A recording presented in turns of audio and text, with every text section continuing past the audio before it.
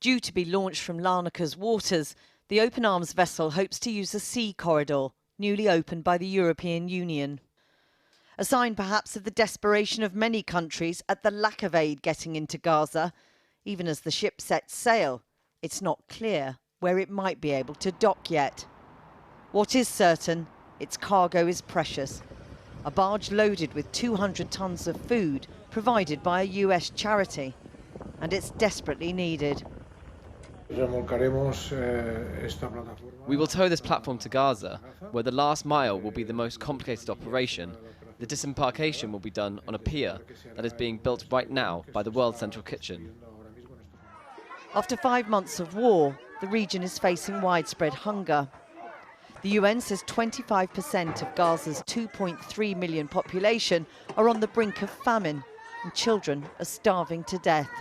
And we found that the rate of malnutrition in the north in children under 2 is 3 times higher than it is in the south. And I think that underscores how challenging it has been for aid agencies like UNICEF to get aid from the south to the north. And we've now received reports of over 20 children dying from dehydration and malnutrition, which is a stain, to be honest, on our collective conscience.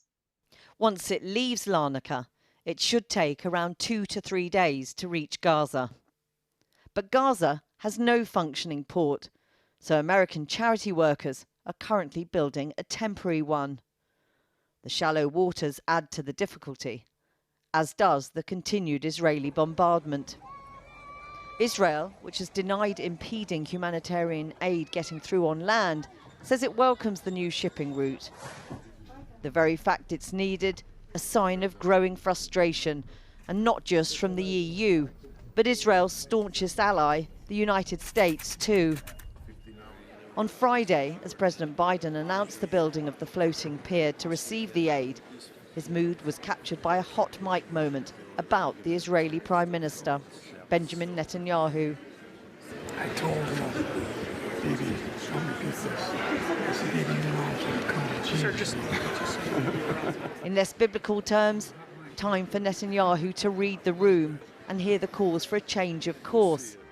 As he stands accused of prolonging the war to avert his own domestic crisis, it might still require divine intervention. Today there were more airdrops, as a raft of countries see it as the only immediate way of getting more help to the people of Gaza.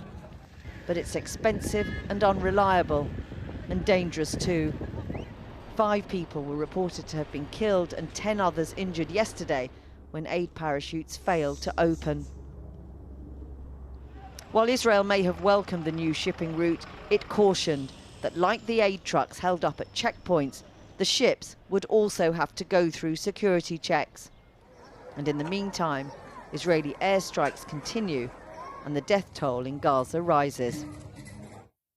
Sweden and Canada have announced they will resume funding for UNRWA, the main UN agency providing aid to Gaza. More than a dozen countries, including the UK and the US, suspended funding after Israel alleged 12 UNRWA employees had taken part in the October 7th Hamas attack on Israel. The UN is investigating the claims. Now, Sweden is pledging over £15 million in aid, saying it's satisfied the organisation has put in extra internal checks on its staff. Meanwhile, hundreds of thousands of people have been on the streets of central London, marching from Hyde Park Corner to the US Embassy to call for an immediate ceasefire in Gaza. The government's counter-extremism czar has warned London's streets are becoming a no-go zone for Jews during the pro-Palestinian protests, a statement those at the march strongly deny. Our reporter Simeon Brown was with the protesters. Today, the long march for a ceasefire resumed with a new choir leader. Today, I am marching in solidarity with the people of Palestine. We are calling for an immediate ceasefire. We want to put pressure on our government and the governments of the world. The humanitarian crisis in Gaza has raised songs of protest in London against Israel's military campaign. But the government's counter-extremism commissioner has accused these protests of turning the city into a no-go zone for Jews. The bloc of Jewish demonstrators strongly disagree. As a Jew, I've never felt so much love from complete strangers just because I'm a Jew. I just think there's nothing more anti-Semitic than implying that all Jews support Israel. Yet, those opposing these protests condemn the chant supporting Houthi attacks on Western ships and Palestine's liberation at the expense of Israel. If the line of acceptable expression is shifting, in the past, actions here had crossed it. There have been some people who have attended the protests who have since gone on to be charged under terror legislation. Do you feel any responsibility for that? Well, look, there are the Metropolitan Police, who have been sending extraordinary numbers of police to police these demonstrations, are publicly acknowledging that these are overwhelmingly peaceful. You know, there are tiny handfuls of individuals who may be committing offences. They do not represent the majority of people here. If the opponents of this protest want elected officials to distance themselves from this campaign, this is the biggest gathering since Sunak flirted with further limitations on protest. And I say this to the police: we will back you when you take action. But if we are asking more of the police, we in government must also back up that call with action. But the Prime Minister's suggestion of more powers against protesters has only galvanised those here today. They think it's their place to tell us that we can't come out and call murder of innocent people. And did you have any reservations about politicians have said about concerns about hate speech? I've been to the protests before. I know exactly what the tone of the protests are.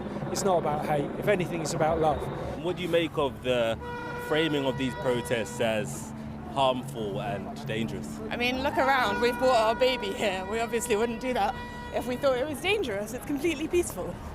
I'm South African. I lived in apartheid, so that's why I'm here. In the words of Nelson Mandela, he said that South African freedom is not complete until there's freedom of Palestinians. These protests are among some of the most surveilled in history. And despite the Prime Minister's words, still hundreds of thousands of people are taking to the streets. The call for a ceasefire is only growing week after week.